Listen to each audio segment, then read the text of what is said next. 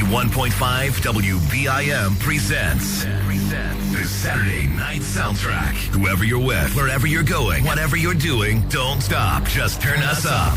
Coming to you live from the campus of Bridgewater State University. We are your destination for commercial-free classic rock to power your nights. Zeppelin, Rolling Stones, Van Halen, Aerosmith, Beatles, Eric Clapton, Pink Floyd, The Who, U2, AC/DC, Tom Petty, Allman Brothers, Ozzy, Neil Young, and hundreds more. Take us along wherever you go with the Livestream.com app in the iTunes and Google Play stores. So go get some food in the belly and gas in the tank as BSU's Alumni Saturday rocks on. The Saturday Night Soundtrack with Rob Hicks, Jared Barbetta, and Steve Rimmer begins now on Bridgewater's own 91.5 WBIM.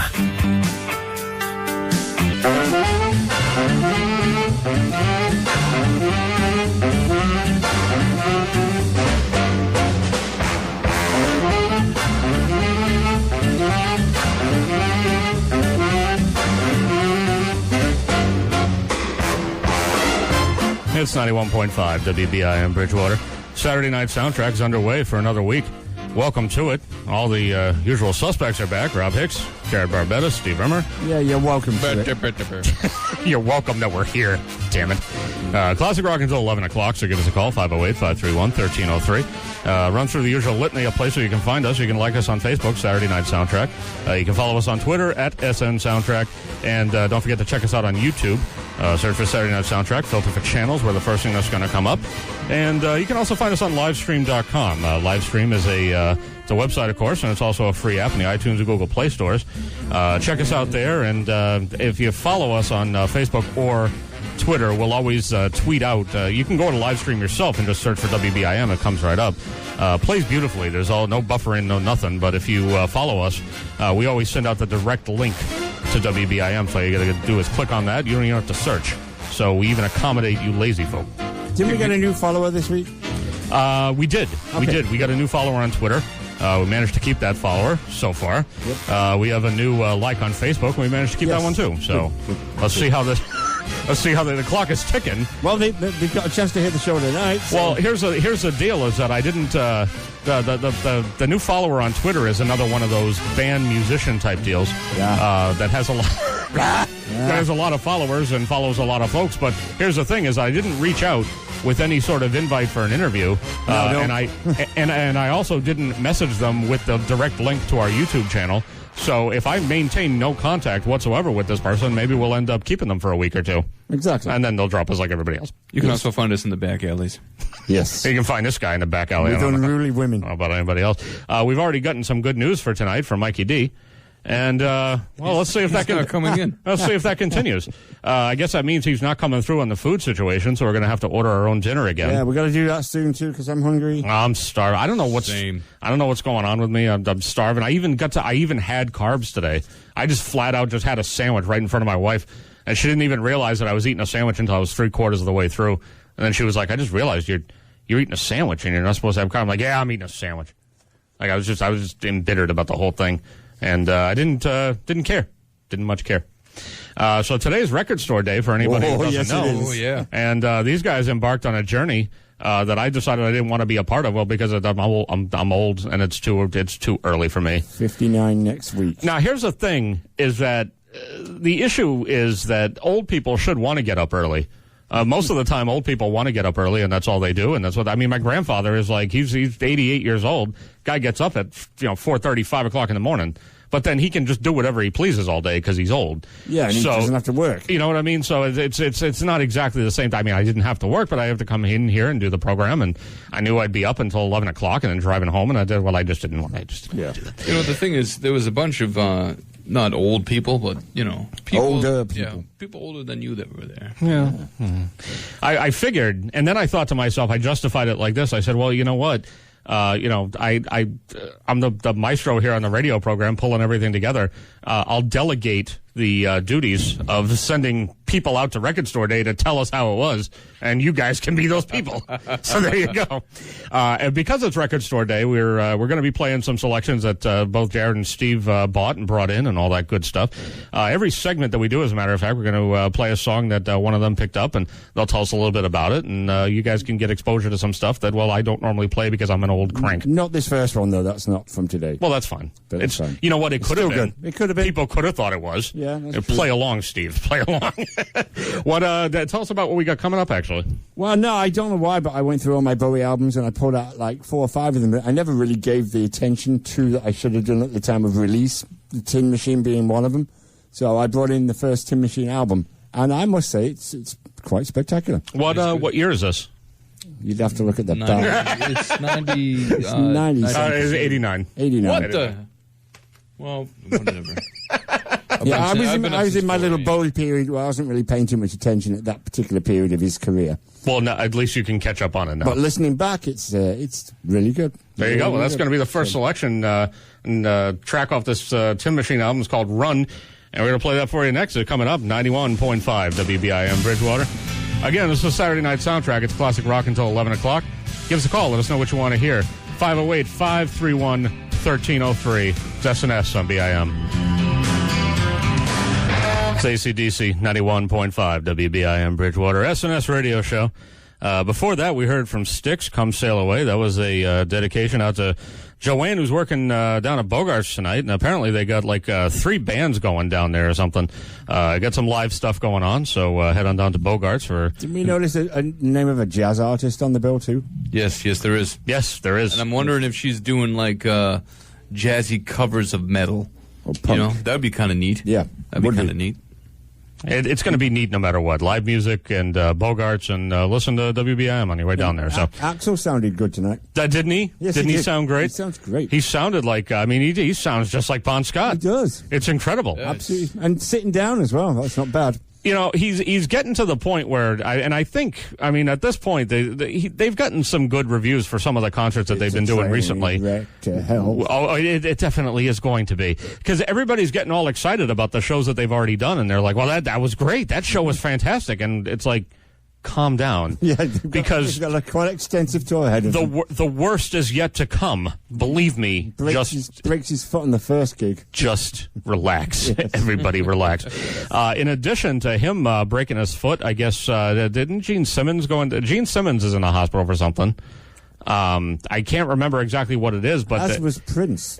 Prince was, and Ace Frehley... everybody was talking about how it was sort of a coincidence, and they're like, hey, he wants to do everything that Gene Simmons does. Yes. Ace Frehley was playing a show last night, and with about 10 minutes to go, I guess his manager ended up pulling him off the stage, and now he's in the hospital so this is for the exhaustion and dehydration. So this going into the mid-4th month of the year, they're not dying anymore? They're just getting injured and going They're to not hospital? dying. They're just breaking things and passing out and all sorts of crap. That's a bit better. I mean, if you're Axl Rose, I guess that's good news. Yep. You're not going to drop dead tomorrow. Nope. Maybe. Well, hopefully. Give us a call, 508-531-1303. Let us know what you want to hear. Like us on Facebook, Saturday Night Soundtrack, and follow us on Twitter at SN Soundtrack. Record Store Day today, of course. So we're going to have another contribution coming up in a couple of minutes from Jared. And Steve will come after that. Didn't sound. Hey, I find it funny because you got, recently, Jared and I have been driving into the show together. Yes. Was it lonely? It was a little, I was about to say, I'm so used to driving in with you now that I kind of didn't like driving in by myself. Well, it will continue to do it. No, I know. I understand today was a special circumstance. I liked 2 weeks ago when you came to pick me up, and then you watched Fear Thy Neighbor on ID Discovery for a half hour. He came in, and my wife and I were just watching this ridiculous ID Discovery program, and Jared just became riveted by the show, and we stood there and watched it until like 6 o'clock until we were like, oh crap, we gotta go. Well, we actually have a show of our own to do. Well, mainly up until the only thing that was riveting about it is there's this guy who had the worst wig on. Oh gosh. In the history of wigs. Absolutely. Absolutely, it was terrible. Like, what are you doing? Because it was, and it wasn't even supposed to be the 70s. I don't even remember what it was supposed to be. I think it was supposed to be like the early 2000s or something. Something like that, yeah. But this guy had a mullet, apparently, that couldn't quit. And obviously, they couldn't find someone who actually had a mullet, so they just slapped a wig on this dude. Yeah. And then in the meantime, the father and the son with the eggs. Here's our grand revenge plan. We're going to throw 6 eggs at this house and then leave. Yeah. I don't understand. They went to go. Nobody cares about this, but it's hilarious. They went to the fridge to go grab some eggs, like, because something bad happened, and the kid was like, "They're dead." Oh, okay. And then they went in. Like, it was all like macho. Like you thought he was going to go in and get the gun, right? And that's where this whole thing was going to come from. Kill our neighbors, right? Uh-huh. So he goes in, and they go right to the fridge. And I'm like, oh, they're just getting a snack, I guess, for the ride for murder. I mean, if you're going to go kill somebody, you don't want to do it on an empty stomach. Exactly. So I figured that's what was happening. And then they ended up just taking out egg carton after egg carton of, eggs. And I'm like, well, wait a second. Who has 48 dozen eggs? Which is, they pulled out a lot of cartons. God. It's like, why are they... They must have been planning this. Oh, yeah. And then they get there, and then they run out, and they throw 3 or 6 eggs. And they're like, quick, cheese it! And then... and then they ran. I don't remember if they actually said cheese it, but they said something just as awesome. Oh, yeah. And then they ran, and then you're like, come on, really? Are you gonna sit there and do, are you gonna just throw 6 eggs and then call it a day after you took out 48 eggs? This was your grand plan. This was it. This was all you that's had what going. you mean? Like, they're gonna die. Like, really? Of salmonella. Yeah. But I find it also funny that you seem to keep pushing your timeline up earlier and earlier. I get a text from Jared at 5:30 telling me that he's already at the campus. Well, I'm like, sir, you know when our show begins, right? Well, yeah, we I don't know. It was for unforeseen circumstances. But I mean, Yeah. but every time I drive in with you too, you always show up at my house at some ridiculous time, like 5 o'clock, 5:15, something like that. You always come too early. You realize we spent an absolute positive 12 hours together today? Yeah, how's that going, by the way? That was worked out pretty good. So actually. you're okay, right? Yes. You guys are both all right? Yeah, because he Okay, picked good. me up at about 6:20, and you arrived in the parking lot at about 6:20. Okay. Yeah, look at that! Look at that! Yeah. 12 hours. I mean, How about that? and counting, because we're here until 11 o'clock. Yeah, exactly. You don't care. I do care. I care a great deal. Tell me I don't care. As a matter of fact, I care so much. Tell us about the song we're going to be hearing coming up next, again from Record Day. It's the instrumental from the first album of Metallica, Kill 'Em All, from '83. It's Anesthesia, Pulling Teeth. And it's here. It's remastered. Oh. Yeah. This, I got to say, this vinyl was really heavy. It's 80 gram. I dropped it on the turntable and I was like, ooh, this is nice. Give us a call, 508-531-1303. You're listening to SNS on BIM. It's Neil Young, 91.5 WBIM Bridgewater. Saturday night soundtrack. Wrapping up a block of classic rock that we kicked off with Metallica from Jared that he picked up at Record Store Day. Anesthesia, Pulling Teeth. Also in that block, we had a... double shot of Peter Wolf, one with the Jay Giles Band with Must Have Got Lost from Live Blow Your Face Out, and then also one from his, so yesterday and today we had his new record, Wastin' Time, which was a live cut from an album called Cure for Loneliness. It was Peter Wolf's record, just came out within this past week, so you can get that on iTunes and wherever the hell else you want. He sounds pretty good. So I like it. I've only heard a couple of tracks so far. I heard that one. I heard another one just the other day. But what I've heard sounds promising, and I don't know if I'm going to buy the whole record yet, but I definitely like the couple that I heard so far. So, good. Want to say thank you to Campus Pizza for supplying us with our sustenance. I was really hungry today. I don't know what the deal was. Me too. I mean, I know I eat lunch earlier actually today than I normally do, but at the same time, I was like, there's no reason for me to be this hungry. And I was hungry when I left my house. It was like 5:30, and I was getting ready to leave my house, and I was like, I am starving right now. Yeah, nope. Me too. And I think the same thing for us because we got back to my house earlier. Right. We ate lunch at the normal time, whereas normally I have lunch at like 2:30 when I get home from work. So. Because you figure you're going to be having dinner around 8 o'clock or so. So, Exactly. like you said, you just come home from work, so it works out. Exactly. But for today, I don't know what's going on. Nope. It's just We're started. satisfied now. Absolutely. 508-531-1303. Let us satisfy you Yes. with classic rock, that is. With dinner first. Yeah. So Like every proper gentleman does.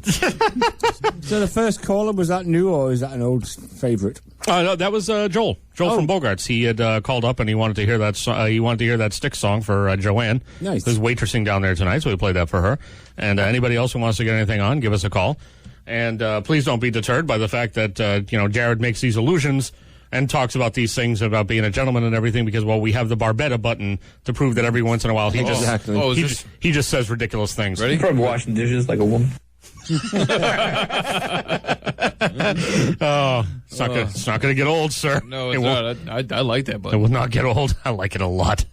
So anyway, again, it's Record Store Day today. So I hope everybody went out and got some gems. Didn't you, Richard? I didn't because I'm a Richard, so I just sat at home and let these guys do it for me. John Holmes style. That's all day. That's all that happened. But anyway, hopefully you get a chance to get out there and get some stuff.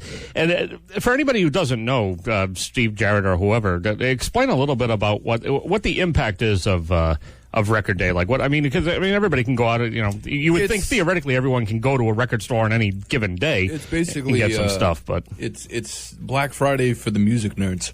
Yes. There you go. You know the interesting thing about it? I'm new to it, so I've been doing a lot of research. But the first thing I caught on Instagram this morning was, oh, look, crowds of Record Store Day in Singapore. Okay. Record Store Day in Japan, Melbourne, Australia, the UK. They were queuing up 18 hours before the store was going to open. Oh, really? So it's a worldwide phenomenon now. Mm-hmm. And I actually said phenomenon without screwing the word up. Oh, jeez. Look at that. High five, please. Now let's Thank see you. if you can get through a show without cursing. Yeah, well, I barely missed that one then. Oh, yes. You did barely miss one. I did. Just then. I didn't catch up on that. He's got a slippery mouth. Sometimes. But yes, that's what Record Store Day means to me. That got him. That got him good. That was a delayed react. You know how there's a 7-second delay? Apparently it's in my brain for Steve's jokes. Oh, so it takes a little bit. You were going there for a minute. Oh, yeah. Yeah, absolutely. So like us on Facebook, Saturday Night Soundtrack. Follow us on Twitter at SN Soundtrack. Find us in the back alley. Make sure to look for us on YouTube as well, because if you like all of this inane, ridiculous conversation, there's hours and hours and hours and hours of it on YouTube. You just search for Saturday Night Soundtrack and filter for channels. We're the first thing that comes up. By the way, I was showing some people at the office our YouTube channel. Uh-huh. How'd that go over? They're like, we don't get it. Now, all right, hold on. So back up. What exactly did they not get?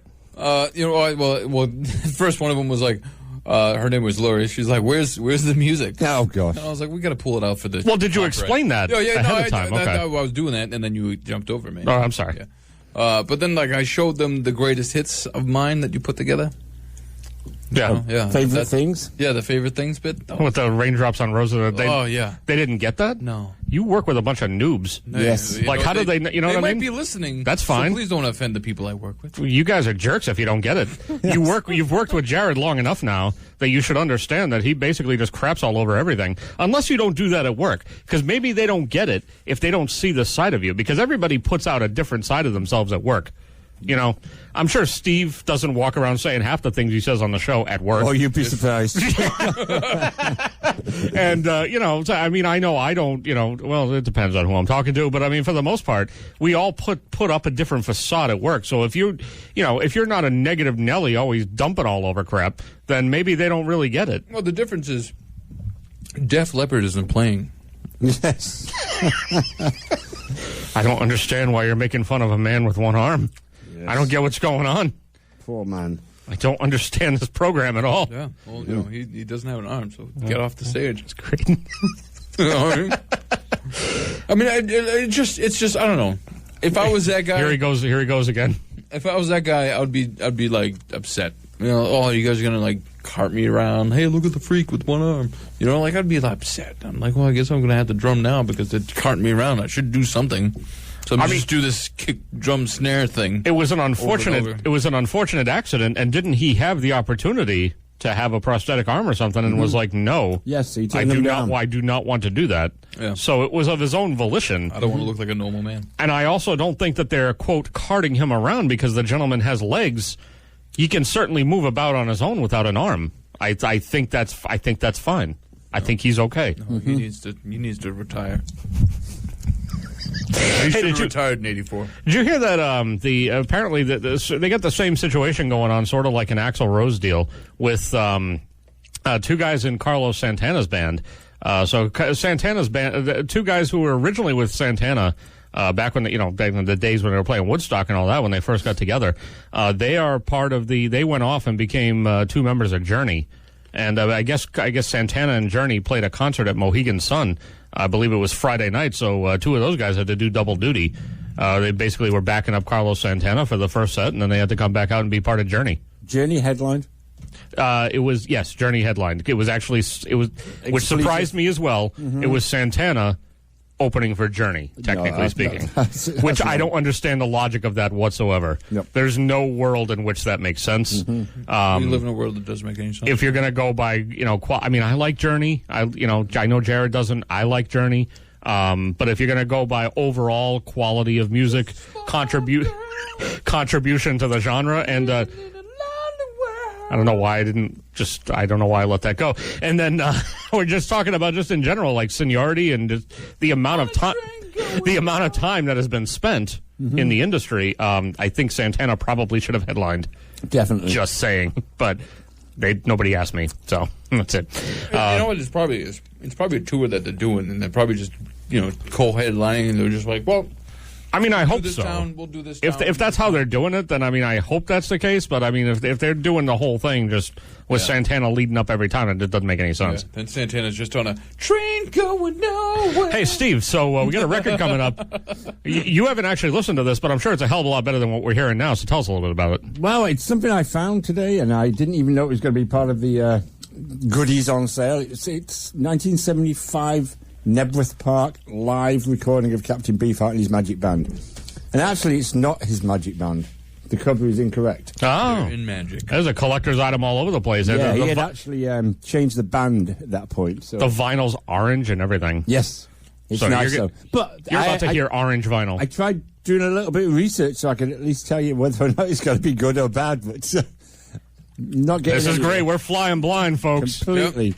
First word out of his mouth. He's going to say that it doesn't play any sweet. Yeah. Well, I chose a track that was at least 3/4 of the way through the set, so they should be grooving by this point. That's not necessarily good. Yeah. But we'll find out. What's the name of this track, Steve? It's called I'm Gonna Boogalize You, Baby. That's what we're going to do. Oh, man. Even just the use of the word boogalize. Sexually harassed. Just not sure. 508-531-1303. You're listening to SNS on BIM. It's Pink Floyd, 91.5 WBIM Bridgewater. SNS radio show, wrapping up a block of classic rock. Before that, heard Kenny Wayne Shepherd, which was a request, by the way, from Steve the Sleeve. That was a good one. Hadn't played that one in a bit. And kicked it off with Captain Beefheart, which was Steve's one of many contributions from Steve for Record Store Day, and a record that appears to have been recorded from an audience member's sock. Yes. And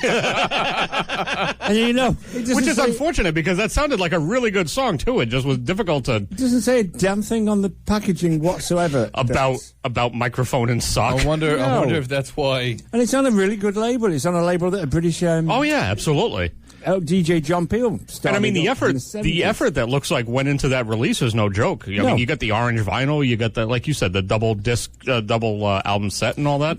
You're going to have to play a couple of other tracks maybe sometime this week and see how they sound. I'm assuming. The only thing I do know is that the mixing board at Nebworth was always like in amongst the crowd for some stupid reason. Oh, really? Yes. They had it in like a tower that was like 3/4 of the way into the crowd. And whether that had something to do with the way they recorded that, I don't know. Here's how not to mix your concerts. Yeah, exactly. But anyway, I mean, it was a good song. I just wish we could have heard it better. Exactly. But 508-531-1303. Give us a call. Let us know what you want to hear. We keep spinning some tracks from Record Store Day because Jared and Steve went out and partook, and I was just no fart and didn't do it. Huge money. Huge. Now I'm gonna find out the next one. So you guys have heard about all the fuss that's been kicked up over the Rock and Roll Hall of Fame within the past week or so, right? Oh, yeah. So here's. Got it. So Steve Miller obviously was inducted. Steve Miller and the Steve Miller Band was inducted into the Rock and Roll Hall of Fame. What was it, a week ago now? Yes. A week and a half. It's ago, actually right? going to be shown on TV. It is. Soon. It's going to be. Is it going to be on HBO or regular TV? I thought it already aired already. No, not yet. Yeah, I'm not sure. But anyway, so apparently I don't think much was said at the actual event. No. And then they have a press conference about this was a couple of days ago, and as a result, a couple of days after the Rock and Roll Hall of Fame. These were the comments that Steve Miller had for the for the Hall of Fame and all the people who put it on. The whole process needs to be changed from the top to the bottom. Doesn't need to be this hard. There's nothing fancy going on out there that requires all of this stuff. They need to get their legal work straight. They need to respect the artists they say they're honoring, which they don't. I don't have any of my paperwork is signed. I have no licensing agreements with these people. They're trying to steal footage. They're trying to make me indemnify them. When they told me I was inducted, they said, you can have 2 tickets, one for your wife and one for yourself. Want another one? It's $10,000. Sorry, that's the way it goes. I said, I'm playing here. What about my band? What about their wives? What about... They make this so unpleasant that they came this close. You hear somebody say then, why did you do it? No, then? we're not going to wrap this one up. I'm going to wrap you up. You go sit down over there and learn something. So here's what you need to know. This is how close this whole show came to not happening because of the way the artists were actually being treated right now. So I'll wrap it up right now. So one of the things that I wonder, and I know Steve Miller has a checkered past anyway with all of his performances and everything, and as you have indicated in no certain uncertain terms before, Steve, that he's not a guy you necessarily want to spend money on to see live. Yeah, exactly. But at the same time, I wonder how much of it, because he's not the only one who's come out and said this stuff. You know, the thing that got me was one of his biggest beefs is that you get no say in any way as to who is going to be the people to do the induction speech. Correct, yes. And he wanted Elton John. He would have been the perfect person for Steve Miller to have induct him into the Rock and Roll Hall of Fame, but he had no way of saying that. Right. Because they don't allow the artists to choose anything. Yeah, so that bit I can kind of agree with. They got these 2 Black Keys, was it? Yeah, the Black Keys, who I have absolutely no idea. And the Black Keys, and here, let me preface this by saying I know nothing about them, but what a bunch of dopes. So they come out and they basically they distance themselves from Steve Miller as soon as they possibly could. I think they're pretty distant. I don't think he even knew who they were. And that's my thing, is that, again, I understand that Steve Miller isn't necessarily the hot item as far as live performances and everything goes, but I feel like I'm almost on his side because of 2 things. Number one, he's not the only one who said this, and number 2, the fact that it was just the way they came out and basically just threw him under the bus as soon as he made those comments and said they regretted inducting him and all of that. Well, shut up. Yeah, who are you to regret inducting Steve Miller? Yeah. Because he belongs in there, whether you like his whether you like his onstage performing style or not. Some of the records he's done have been so influential that he should be in there. Absolutely. And the Black Keys, who the hell are you? Yeah. You know? They had, one good record, I guess? 2. Did they have 2? Yeah, but a lot of people are enamored by them. Yeah. They really dig them. Dig them. Yeah. Like someone said, "Oh man, you like blues rock?" I'm like, "Yeah." They're like, "Here's their discography. Check them out." And they weren't for me. I don't know. I couldn't get it with it. Well, apparently they. There you go. You heard from the Saturday Night Soundtrack. They suck. I found it funny that Rick Nielsen of Cheap Trick, who was also inducted into the Rock and Roll Hall of Fame, of course, basically took a dig at the whole ticket price thing himself, but he did it with a little bit more of a sense of humor. In the next 2 months, I should be at number 8 and number 9 grandchildren. And thank you for the Rock and Roll Hall of Fame for charging so much that I didn't have to bring them all out here. Because apparently that's true. That it's $10,000. Oh, he wasn't joking? Per ticket? No. It was like $10,000 per ticket for people who are not considered your immediate relatives or whatever the case is. So what about your kids? What are they doing with the money? They don't need it. No, they're probably donating it, using it as donations for the Rock and Roll Hall of Fame. Okay. Yeah. That is, I think, the deal. But at the same time, they could sort of. You could see it from both sides. You could say, on the one hand, it's like, look, you could cut this down a little bit, and then on the other hand, people are probably like, well, these are rich musicians. What do I care? They can pay $10,000 a ticket if they want to, and I don't care.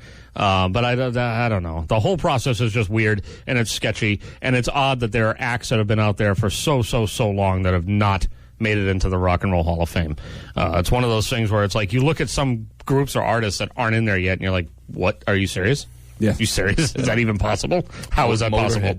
Motorhead isn't in there. Motorhead's not in there. That's trifling. One other thing that I did read about the Rock and Roll Hall of Fame was that I've yet to actually visually get an agreement on that. Is they said that the end where everybody comes on stage was about the most coherent one that they've ever done. Oh, really? It wasn't just a bunch of guys all wailing guitar over each other. It was actually pretty well done. So I was quite happy to hear that. And then everyone came out and crapped all over him a couple of days later. So anyway, getting back into Record Store Day, Jared, tell us about the track we got coming up. We are doing another instrumental off their second. Could you give us the reason for this? Oh, I don't know. I just thought it would be neat. No, you said you want to play the instrumental because you can't be sure that they're not swearing all over the place on the other tracks. Oh, yeah, well, because, all right, so I picked up the Metallica Deluxe reissues, right? They remastered the albums and all that other stuff. They're extremely heavy. Yeah, and they're extremely heavy, and then they come with like a bevy of stuff. And some of the things that it comes with is some live tracks from 83 and 84. Mm-hmm. And I figured, that might be cool to play. But then I'm thinking, this band, 83, 84 probably isn't the most radio friendly. Live stuff to be playing. And here on the Saturday Night Soundtrack, we are conscious and worried about those things. I didn't want to put on the record, and then because I collect their bootlegs, and I do have a thing from around this era where it's like the first thing he says, "Do you have this bleeping record? Because we're going to play this bleeping song, so let's bleeping go." And then they rip into it, and then a couple of times they just throw it out there. I'm like, hey, you want to bring that in next week? Yeah. I'm like, I don't play it around 10:30. I don't think we should play one of those. So I figured, I'm playing stuff from the studio tracks. All right, so this one's off Ride the Lightning. Remastered, yeah, Ride the Lightning. Call of the Cthulhu. And if you can't pronounce it, it's fine. Neither can anyone else. No. Don't worry about it. 508-531-1303. Give us a call. Let us know what you want to hear. You're listening to SNS on BIM with Classic Rock till 11 o'clock. It's a Black Crowes 91.5 WBIM Bridgewater. Saturday Night Soundtrack before that at a double shot of Led Zeppelin. Kicked everything off with Metallica, Rob Hicks, Jared Barnabas, Steve Rimmer, 907. And, yeah. Just going to let him do that the whole time and just see where it goes. Yeah. Request a weird sound from me and it'll happen. Just with his mouth. 508-531-1303. He's not moving his mouth. Oh, no. That's not good at all. Not at all. Like us on Facebook, Saturday Night Soundtrack, and search for us on Twitter at SN Soundtrack. Follow us there. Check us out on live stream and YouTube as well. We talked in the last segment about the all the Hall of Fame hoopla that's gone on. The funnier thing that came out of all this, I mean, Steve Miller just taking them to task about the way they treat the artists and everything, and Rick Nielsen sort of kicked in with that. One of the funnier beefs that's come out of this whole thing is the fact that Gene Simmons is now beefing with Ice Cube, apparently. Could there be a more irrelevant fight to be going on? Well, they're both, yeah, they are both idiots. There's no need for, oh my God. So, obviously the whole thing, Gene Simmons has always been highly critical of rap music. Mm-hmm. He has said that he looks forward to the death of rap and all of this. Further fuel was put on the fire when NWA became inducted into the Rock and Roll Hall of Fame, of course, within this last round, and he basically just came out and said that he didn't think they belonged in there, and so on and so forth, and Ice Cube's been firing back, and the words Ice Cube is having a beef with Gene Simmons is just a word that nobody ever thought they'd ever have to say. Agreed. It's kind of stupid, and once again, it's just probably the most irrelevant argument that could ever go on between two people ever. More relevant, though, is this big concert that's been going, that's rumored to be going on, right? Yeah. Is it rumored or is it official at this point? It's getting to be official. They've already, they've got dates. And it's going to be, that, I can never pronounce real girls. That Coachella Festival. Oh, Coachella? It's going to be there. Okay. So, yeah, I've got dates. So. Now, I remember Coachella. See, I remember Coachella from last year because AC/DC, when they still had a healthy Brian Johnson, or at least he thought he was healthy at the time, they were going to Coachella, and I remember Don Fagan from Steely Dan saying that he didn't know who AC/DC was, that he had heard of them, but had no idea what they sounded like. Whether or not he thought he was being witty, I don't know, but either way, it didn't go over. People were just like, what? you sound so out of touch saying that. Even if it's a joke, it makes no sense, basically. But this concert supposedly is going to have, you're talking Paul McCartney, Bob Dylan, and Rolling Stones. Steve, you just sent Jared and I an article here where Neil Young's name's been added to the list, too. And The Who. And The Who? And Roger Waters. Oh, my God. So what are the tickets for this thing going to be like? It's a 3-day concert in October. So the tickets are going to be like the tickets to get into the Rock and Roll Hall of Fame, right? Like $10,000 a piece or something? Yeah, you With can all only these bring guys. your wives. No, just one apiece. Just one apiece. But they've got Bob Dylan and the Stones opening the concert. Okay. Hear that in here, man. Yeah. Sorry. Turning off your mic did nothing. Nope, not at all. Not at all. But yeah, I mean, that thing is going to be, if they pull that whole thing together the way they're saying that it's going to be, that thing, it's going to be huge. You're going to have The Who and Roger Waters closing it on the Sunday. So That's 3 days. That's nice. Yeah. That's nice. No, I mean, even with that amount of artists, there's a big slew of other people they've got to add yet. Mm-hmm. Yep. So are they trying to make this into a, they trying to make this like their Woodstock deal? I think they are. Yeah. I mean, 3 days. That's crazy. Yes. They apparently they're planning. Speaking of Woodstock, I guess they're planning another Woodstock that they're going to be doing. Yep. Give that a rest. Yep. There's going to be another Woodstock because it's going to be the 50th anniversary in 3 years or so. Yeah. And not or so exactly 3 years. 3 years this August. So in 2019 it'll be the 50th anniversary, and they're going to try to pull something together. And I don't know I don't know what they're doing. I know that Carlos Santana's come out and said that he would be a part of it, absolutely, if they're going to do it again. If he's alive. And he's going to, well, I mean, you know, he's doing okay. As a matter of fact, I think in the next block, Santana 4 is a album that just came out. It came out on Friday, I believe. And it's weird that it's called Santana 4 after all these years, but the reason that it is that it's the fourth album that all of the original Santana guys have been together to do. Oh. So you're talking about the original group from, and here, like we always talk about how they're all alive. Mm-hmm. These guys are all alive. Yes. These are the guys that played at Woodstock, and they're all together, and they're going to be playing, and so they put together this is the fourth album where they've all been together in one place, still talking to each other, apparently. That's pretty cool. And so that's why he chose to call it Santana 4. And they gave him his Rob Thomas experience as well, so they forgave him that.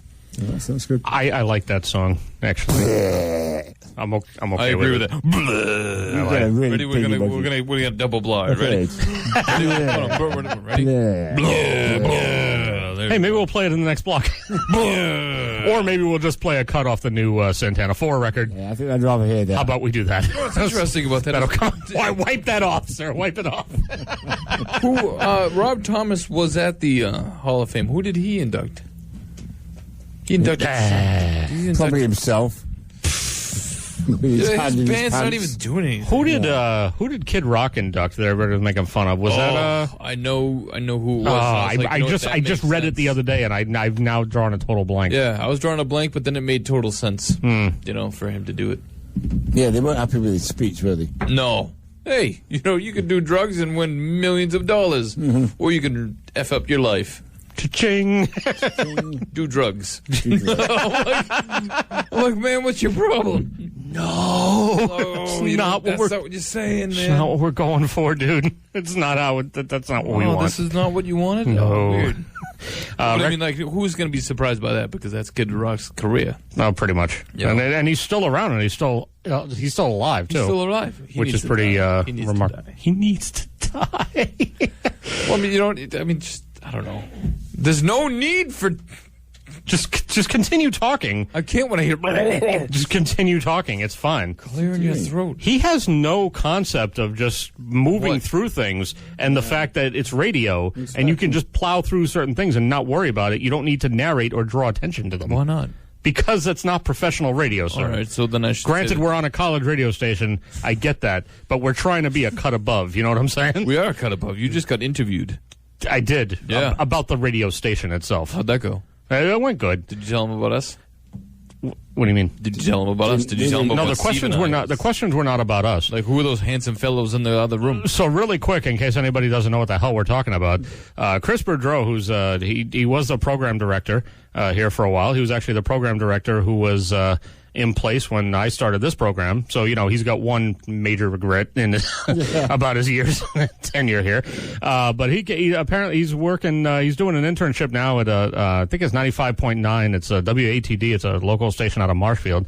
And he's also involved in a documentary that he's putting together for Jim LaMonica, who runs the communications department here at BSU.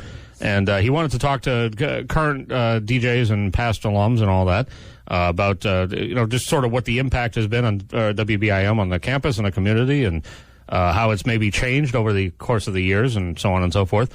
So he wanted to come in here and do it, and I said fine. So for the first hour of this program, but behind the scenes here, I was mic'd up, and there were big lights here and cameras and all that, and they were doing interviews with me, and tried to put me. You got to put your. We're a little bit arrogant about our quality of programming here on this show. Mm-hmm. So we're not arrogant. You got to kind of set that aside, because in the back of my mind, it was all exciting because it was like, hey, they're doing a documentary about SNS. No, they're not. This has nothing to do with your program. Mm-hmm. They happen to be here while you happen to be doing this program because they want to hear about WBIM in general. Yeah. So I'm anxious to see how that comes out. See if Jared was making any funny faces in the background, or if the whole thing just... I don't think we're on it. I mean, we even shut the door here for the on-air booth. We never do that. I couldn't see the camera from here, so... I took off my pants. You couldn't see me. I took off my pants. Standing in the corner here. Yeah. My members hanging out. Yeah. Oh, this is a good time to get into some music. Steve, tell us about the Record Store Day contribution we got coming up. You just see my gremlin. This is some early. This is one of the ones. I'm shutting off the wrong mic apparently. I'm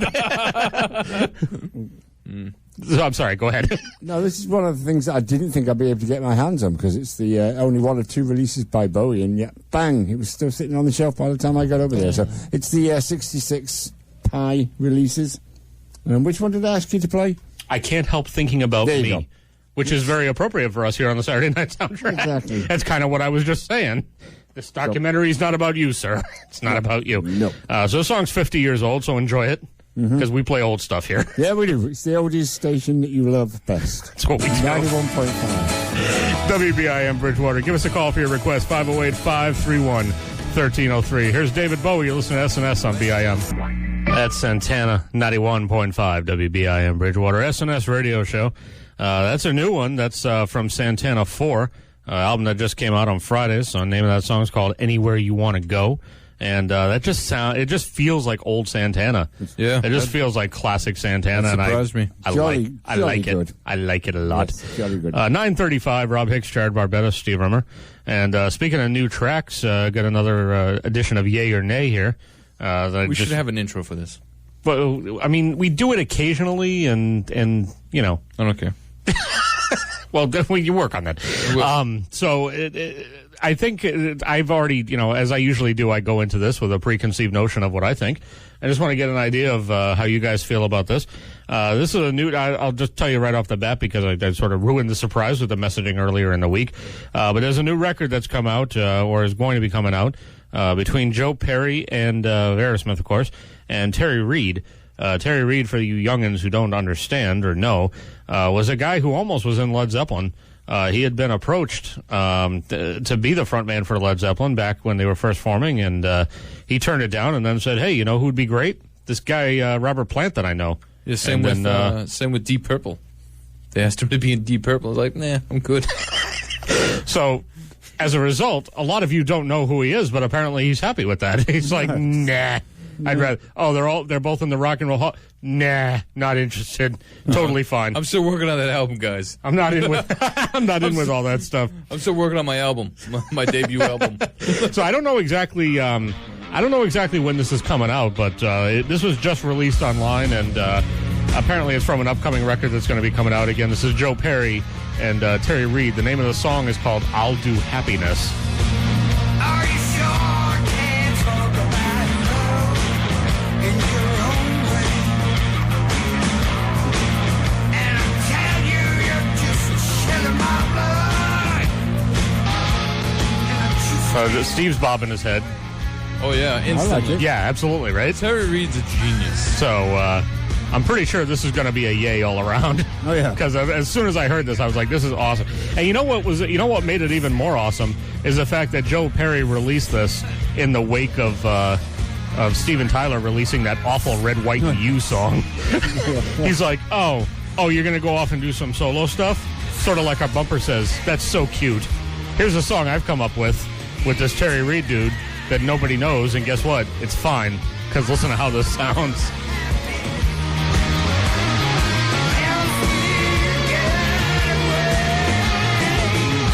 I'm curious to know when the actual record's coming out, and I don't know if it's one of those deals where nowadays it's difficult to tell if it's going to be I don't know if it's going to be a complete.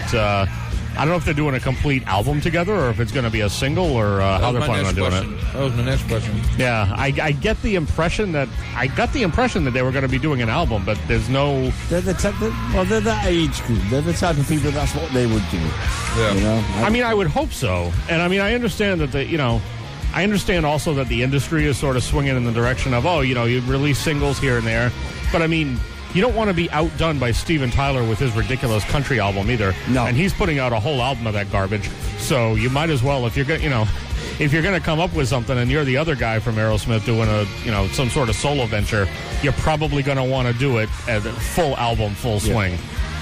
Do we know any writing credits to this at all?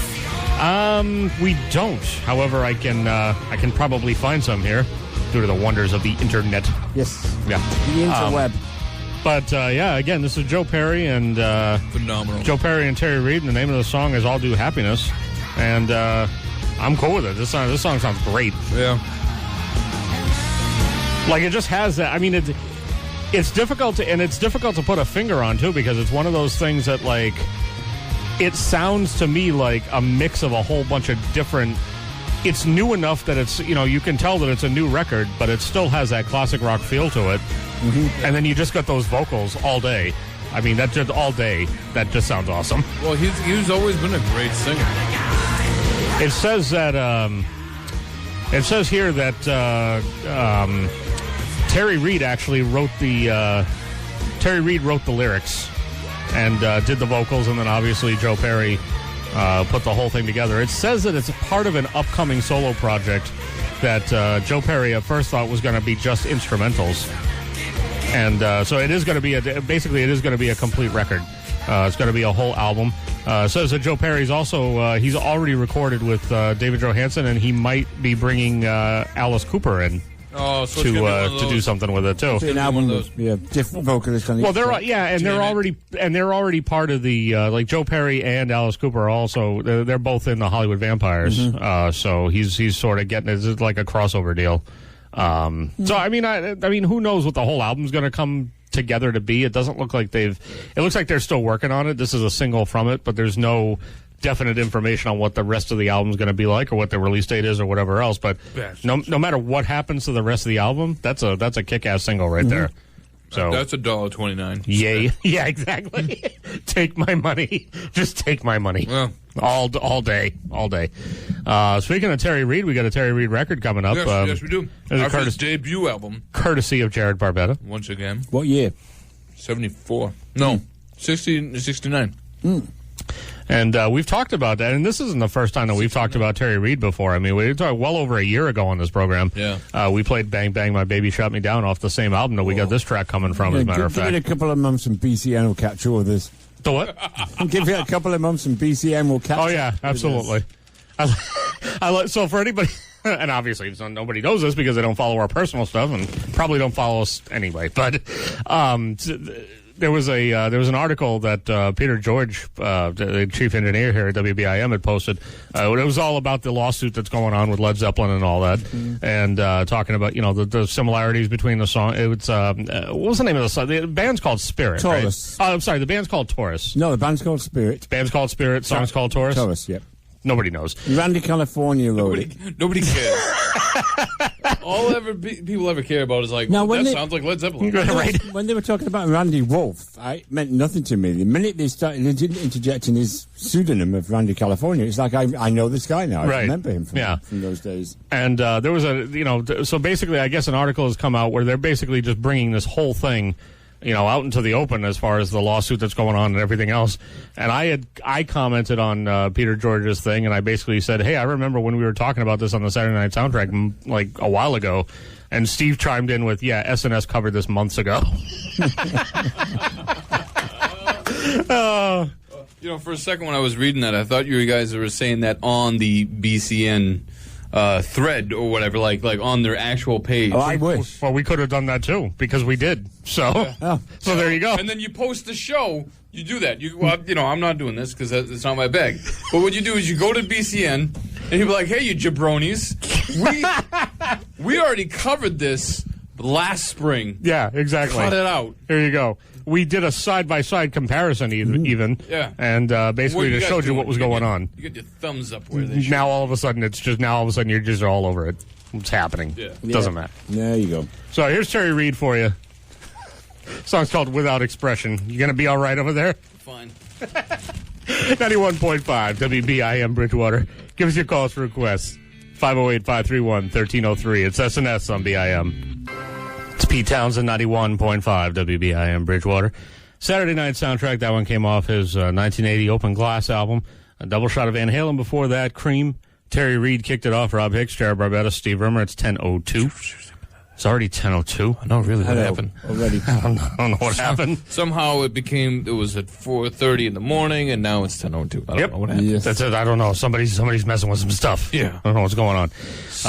Give us a call for request, 508-531-1303. If there's anything you want to hear, we got one last classic rock block coming up that we can get your song on. And, I don't know where you've been for the past 3 hours, but if you want to get a song on, we're not going to judge you. Just call us up and let us know what you... Just call us up and let us know what you want to hear. Just do it. Did you guys hear the, it's been all over the internet.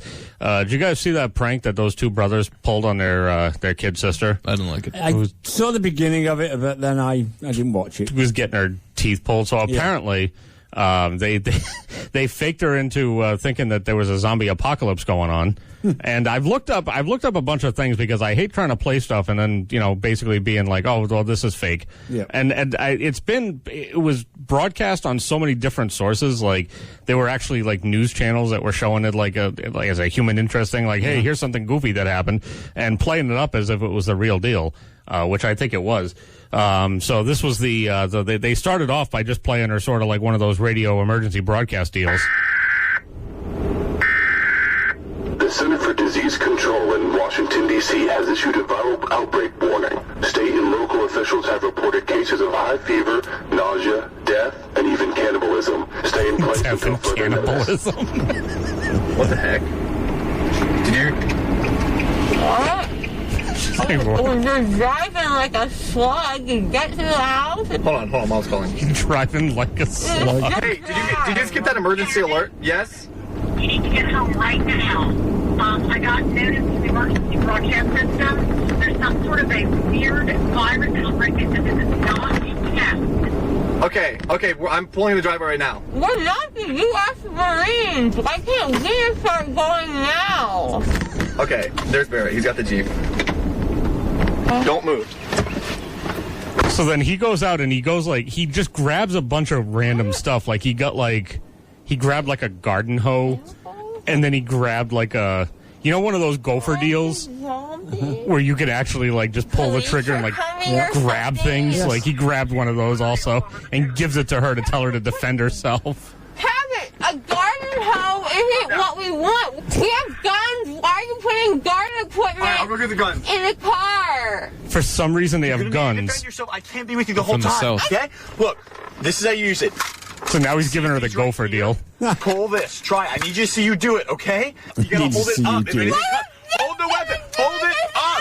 No, hold it up. Hold it up. Okay? You got it? Okay? I'll be right back.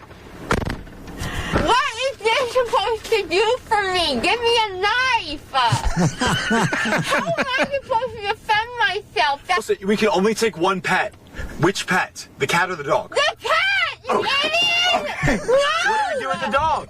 He's the worst. He's already dying. Just leave him. Okay.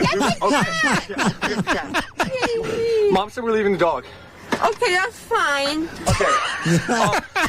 I want to. Since he's in Las Vegas, I want to know what's wrong with the dog. Dying That he's just already. already dying. Is your Spanish still from high school?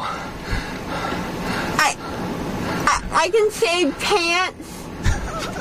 Millicent, we can only take Funfetti or chocolate cake. Which one do we take? Funfetti? Do you want Funfetti or chocolate? No, Millicent, this is important. This will be what we're living off of. Which one? Funfetti, chocolate. Do you think Costco? Should we go to Costco first? No, it's gonna be a bloodbath in there. She's probably right. She's probably right. She's going along with it. What about Yeah. Mexico? Why do I have to be on this side? We're going to Mexico. How's your Spanish? I can say You're pants. gonna go back home, and you're gonna get in bed, and you're gonna sleep for the next couple hours, because there's no zombie apocalypse.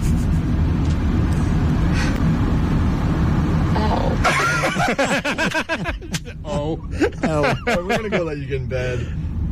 Millicent, I'm sorry. I'm sorry. Love you. I'm hoping at some point that there's just going to be some sort of video that comes out of her doing some awful crap to them. Oh, yeah. But I like all the decision trees that went through. Get me a knife. What is this going to do? Get the guns. Which pet should we? The cat, you idiot. Dog's already dying. Dog's already died. Mom said we're going to leave the dog. Okay, that's fine. That's fine. Well, apparently at least you have your head on straight when you've just gotten your wisdom teeth out or whatever it was that she had done. Hey, Steve, you and I are married. Oh, God, here we go. Not to each other, that we hasten to point out. Yes. Not that there's anything wrong with that. Do you notice in North Carolina? Do you notice a great deal of disparity between the music that you like versus the music that the missus likes? Oh God, yes. Okay. So we're driving. What did you get for record store day? This. You No. can F off with that. No, I'm serious. What did you get for record store day? So we're driving around today, and I was listening on the radio, and Rosalita came on by Bruce Springsteen, the one from the Live and Innocent E Street Shuffle album, all that. And I love that song, and we were on the highway, so it's difficult to hear. I turned it up a little bit, and I was pretty unapologetically, into it. Mm-hmm. And that song's it's a long song. It's like 7 minutes or 7.5 minutes or something. So nothing really is said in the vehicle until about 6 or 6.5 minutes have gone by, and she looks at me and she goes, "This is the most horrible song I have ever heard." And I was like, "Are you serious? Are you kidding me right now?" She's like, "This is awful." And then She's like, "I don't even know who it is, but it's awful. This is just terrible." And that's when you said, "It's a good thing I got the divorce papers in my back pocket that I carry around for this specific For occasion." emergency occasions. I've just realized. Just sign here. But it strikes me because I've always ranked that one kind of among my favorite songs of the classic rock genre of all time. I love that song. I think it's tremendous, and the fact that she just had to, not only did she not really like it, she felt the need to remark that it was one of the most horrible songs she had ever heard in her life. Mm-hmm. So I was just wondering if you had ever had a sort of a similar experience. It took me down a peg or two, and I felt kind of bad, but then I was like, nope, this is a great song. It's fine. My wife and we have a lot of similar musical taste interests, and there's not an awful lot. I don't think she'd say that. She doesn't like Captain Beefheart as a whole. No. She finds it hard to play listen this new record for her. Yes, exactly. But she listens to a lot of stuff that I couldn't listen to because she listens to a lot of country stuff. She tunes in that country station on the radio, and I can't do that. Yeah, no, I'm not a country guy either. No, but other than that, we got pretty similar taste. She's a bit more female folky than I would be, but and I think she likes Tom Petty. Oh, there you go. I know she loves Van Morrison. So that's good. Yep. That's a sign of taste right there. That's one of her favorites. I can't vouch for the country stuff, but liking Van Morrison. So she must have loved when Van Morrison came out with it. Does she like the real old type of country? Like when Van Morrison did, I think it was it was 10 years ago now, when he did the Pay the Devil album, which was his country album. She has an appreciation for the old, but it's the new that she And he was, right, because old country and new country are extremely different. Yes. Oh, completely. So I heard that Van Morrison was coming out with a country record, again in 2006, and I was a little bit excited for that. Mm-hmm. And then I realized that it was all, I love Van Morrison to death, obviously, but I wasn't into that record because it was all the old, like I'm going to play like not Kingston Trio, but you know what I mean, like Yes. that kind, like Yeah. really old country, like My Bucket's Got a Hole in It type stuff, and Backstreet Affair type things. And I was like, man, not really. I was like, I didn't know if he was going to go like a Garth Brooks type route, like where it's basically, you know, a Big and Rich type deal, where it's country, but it's like rockin' country. But that's not Van Morrison's bag. He's No. gonna, if he's gonna do it, he's gonna do like the original stuff. Like I'm listening to Hank Williams all over again. Exactly. And just not for me. Yeah. Not for me. That was the point in that was his point in the career when I was kind of like, I'll rejoin you in a bit when you've gotten this out of your system. Yes. And this has stopped. So 508-531-1303. Oh, we got a new, we got another Record Store Day song coming up. There's a contribution from Steve, so why don't you tell us what you're going to hear? And here's the interesting thing about these record stores. We opted not to open any of these until we got to the show tonight, so obviously we haven't heard any of these. There's been a lot of unboxing going on in the other room there. Exactly. So someone's going to come in tomorrow morning and see like just a ton of like cellophane and like wrappers. What the hell's going on? So I know basically, I mean, I didn't even know this thing existed. It's a 1971 radio show that the Mothers played on. That's the Mothers of Invention with Frank Zappa. CKGM-FM, wherever that's at. Well, it doesn't say that. That was going to be my next question: is where the actual station was. It doesn't say. Jerks. No. Give us some information, will you please? Well, anyway. Because it's in Montreal, sorry. Oh, okay. Yeah, July 5th, 1971. So it's in Montreal, and because it's a radio station and the Mothers were known to have a lot of amplification, etc., this is basically acoustic. So I haven't heard any of them. Well, you're going to hear one now. So I'm figuring with it being a radio station recording, there isn't any profanity on it like there is on this. Yes. That didn't actually come out, right? No, it didn't. No, that's awesome. Because it got the gist, turtled though, yeah? a little bit. It peeked its head out, and I was like, nah, not today. It's not today. It's 10:13. We've done pretty good. We have. I'm up trying. until this point. But the show's not over yet. Stay tuned. We're wrapping up this bit right now, and we have one more on-air segment coming up That's at usually the the end of bad the program. And I think I saw some forms over there, so we can do our FCC violation of the week deal before we get out of here. Forms. So we'll take care of that in the next segment, and might break our record. Who knows? So, Magdalena. Yeah, Magdalena coming up. Mothers of If Invention. I remember rightly, it's from the Chunga's Revenge album. Okay. Yes. Well, we'll find out. Well, I guess we won't find out, but we'll hear the song anyway. Give us a call, 508-531-1303, if there's anything you want to hear in this last classic rock block. You're listening to SNS on BIM. It's time to dust off some crusty, dirty old relics. Maybe they'll clean some of the records, too, while they're at it. Rob Hicks, Jared Barbetta, and Steve Rimmer. The Saturday night soundtrack on 91.5 WBIM.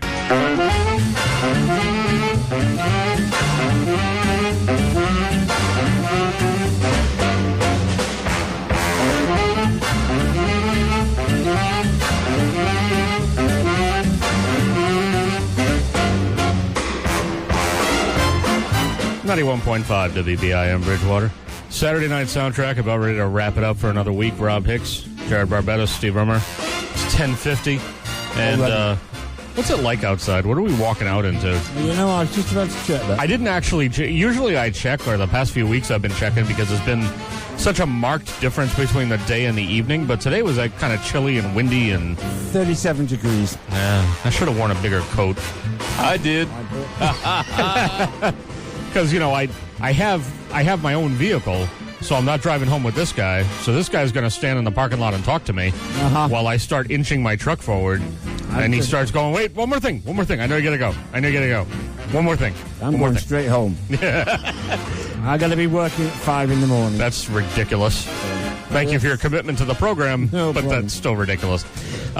In the category of late-breaking news that is also, you know, basically a foregone conclusion, apparently AC/DC has finally officially announced that Axl Rose is going to be the front man for their remaining gigs. Now, this is what was confusing to me, because originally I thought they only had 10 shows left to perform, but apparently that's not the case. I guess there's a European stadium tour that AC/DC is doing. That's beginning on May 7th in Lisbon, Portugal, and it runs through June 12th in Denmark.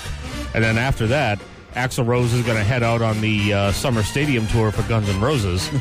But then it also says AC/DC's 10 earlier postponed summer dates will also be rescheduled with Rose as frontman. Wow. So that sounds to me like there's actually 2 different AC/DC tours going on. Yep. Both of them are going to have Axl Rose as the lead man, and in between there, he's going to be doing the Not in This Lifetime Summer Stadium tour for Guns N' Roses. Let the train wreck begin. Exactly. I don't know how he's going to do it. I don't understand how it's going to work. It doesn't make any sense to me whatsoever. None at all. I want to know who was primarily responsible for making this decision, and just have a conversation with them and see exactly what they thought. I want to know how much money he's getting out of it. Money. That's what it comes down to, basically. SNS presents. You kicking, stinky horse smelling mother you. Yippee-ki-yay, mother. Your mother sucks big elephant. The FCC violation of the week. Well, so we haven't done this in a while, but we got a few stacked up here, so let's get to it. Remarkably, we weren't part of it this week. Yay! So far. Oh, wait, that's true. We got 4 minutes left. Oh, my God.